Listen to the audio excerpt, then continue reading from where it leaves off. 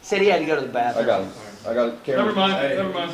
If y'all ain't got no food, I'm gonna turn around and walk out. Well, hey, we'll see you after. We'll see you after Christmas, I'm Coach. all right, see you guys, man. Merry Christmas. See you after Woo! Steve, we're gonna start with him, and then I'll go back down and get KP. Okay. Don't beat me up too bad before she gets here. Hey, it's like golf. There's no room for artwork on the scorecard. You're absolutely right, man. It's A a dub is a W dub. or a L. A W is a W, and I would take it every 2 in a time. row. So, You said after you beat Loyola Marymount the other day that you wanted to go into the holiday with another victory. You got that victory. Yes. What were your overall thoughts about the way your team played today? Well, my overall thoughts, if I had to tell you right now, before I watched the film, I wasn't satisfied with how we played. Now, don't misunderstand me. To take that win at Christmas time, when I know the mentality of those young babies downstairs was just ready to go home or get on a plane or get in the car and go hang out with their family and their friends, it's tough to play that last game. That last 40 minutes is tough when you know you're about to have a break. I don't think we played as hard and as determined with the sense of urgency in this game as we played against Loyola Marymount, but we played hard enough and long enough to get the win. When you look at the score and maybe it's closer than you expected, is it as simple as what you're saying? Maybe the players are already mentally halfway to Christmas? Yeah, no, it's never as simple. There's always some underlying. To me, it's about how you approach it, which that factors into what we just saying about them wanting to go home. And then it's the disciplines, because once the game starts, you can't go anywhere for 40 minutes. The next 2.5 hours, you're going to be right here.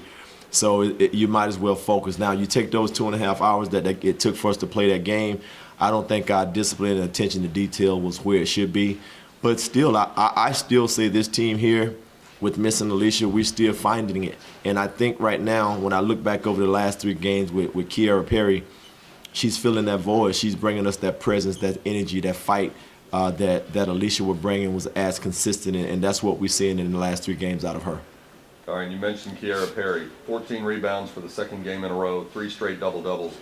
What's gotten into her, or what have you been telling her that's brought out this kind of performance? I want you to answer that question because I challenged her. I did challenge. We had a meeting after film. I don't think she really liked what I said to in film, and then after film, she said, "Coach, can I talk to you for a second?" I said, "Yeah," and she expressed that she didn't like it, and of course I said, "I don't care," and that was me challenging her to play well, and it has lit a fire, and I told her if it takes me lighting a fire or getting her upset with me for her to play like that, then I'll do it every day, all day. In the first half, McNeese shot 22 of their 30 field goals were from long range, 3-pointers. In the second half, only 11 when they were trailing and had to catch up.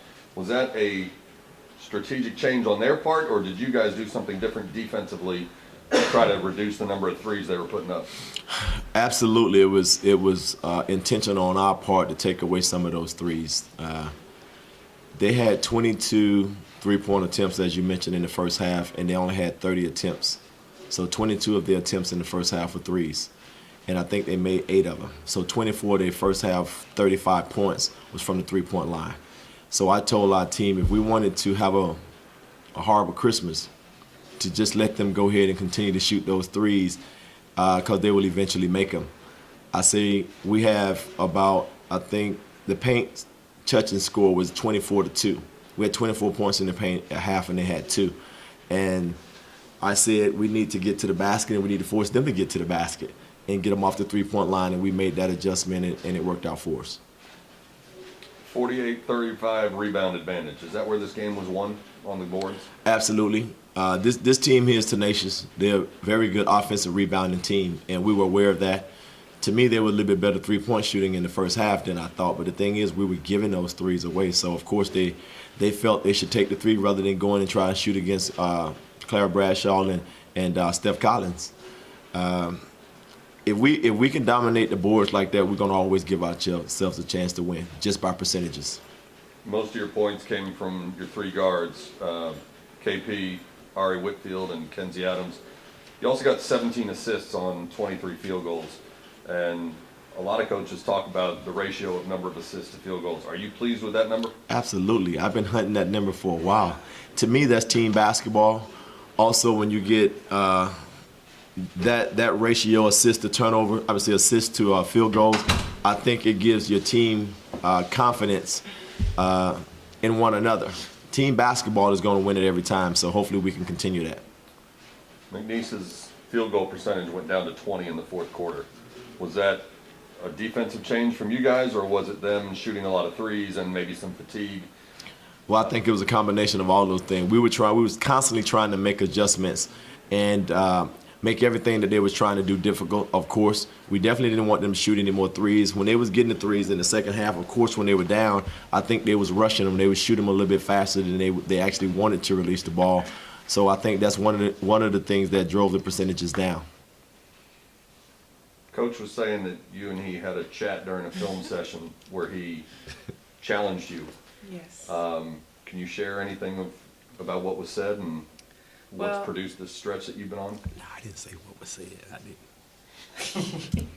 didn't. It wasn't much said. I just had a question about something that came up in film, and he basically just challenged me to bring what I have inside of me out, and I just been playing without thinking. I haven't been hesitant. I just been having fun, basically. Back-to-back 14 rebound games. Are you going to start playing center now? I play wherever he need me to play. I mean, she says she's just having fun. She's relentless right now. She's a competitor. I mean, I don't care where the ball bounces. She goes as high as she needs to go to get it. She pursues it, pursue the ball as long as and as far as she has to pursue it. She's our presence right now of energy, and if everybody can feed off of that, we can get to where we need to be. 3 straight double-doubles for you. Is this the best stretch of your career at SMU? That I can remember, I think so. I think you guys will know better than me. It's not over yet, though. How That's what I'm frustrating talking is it as a perimeter player to have to defend a team that puts up 22 threes in the first half and you got to chase them all around at the three-point line? Well, that's something we know we have to do. We work on it every day in practice, and we have mental laps, so it's very frustrating. I know, especially for Coach. Coach was talking about, before you got up here, Coach was talking about how this game was maybe closer than anybody would have liked. What do you attribute that to?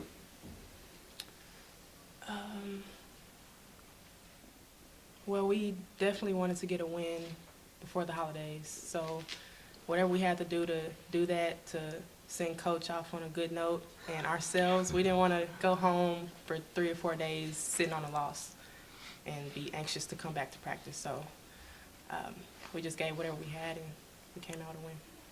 Okay, so now you head off for the holidays, but you're a week away from going to College Station. How much can you relax when you've got a road trip to the number 19 team in the country waiting for you? I want them to relax a lot, Yeah. but we talked about it. Yeah, they gave me the best Christmas present I can have. They gave me a win before the break. Now I can come back. I told them I will watch this game. I'll watch this game tonight just to get it out the way, because there's a lot of things that happened tonight that we can play a lot better. And I want to take those notes and have those notes and leave them in my office and not pick them up when I go home over the break and then come back. And I told them when we get back what we're going to do. Gonna go to work. We're going to go to work. All right, when you prepare for the Aggies, how much do you think about what worked last year as opposed to scouting what they've done up to this point this year? Well, first and foremost, we're not the same team. We're getting there. We have, for the last 3 games, we just got 2 players scoring double digits, and I've been searching to get 2 or 3. And now we got Kira her game has risen to where she's getting, her last 3 games was double doubles. So I want to build on that. I want to keep building on that. Even though we want to go up and give our best showing against A&M, A&M is going to remember that we beat them here last year. So we're not going to sneak up on them. So the thing is, we have to be prepared. We have to come back in here. And I told them over the break, you got to get in the gym, because that's 1 game before we go into conference play. and we intend to take conference play very, very seriously. So we don't have any more tune-ups because conference is the real deal. Anything else? Good. Thanks, guys. Thank Thank you. you both. Everything off? Hey, so how'd they respond to the scout? Thank you.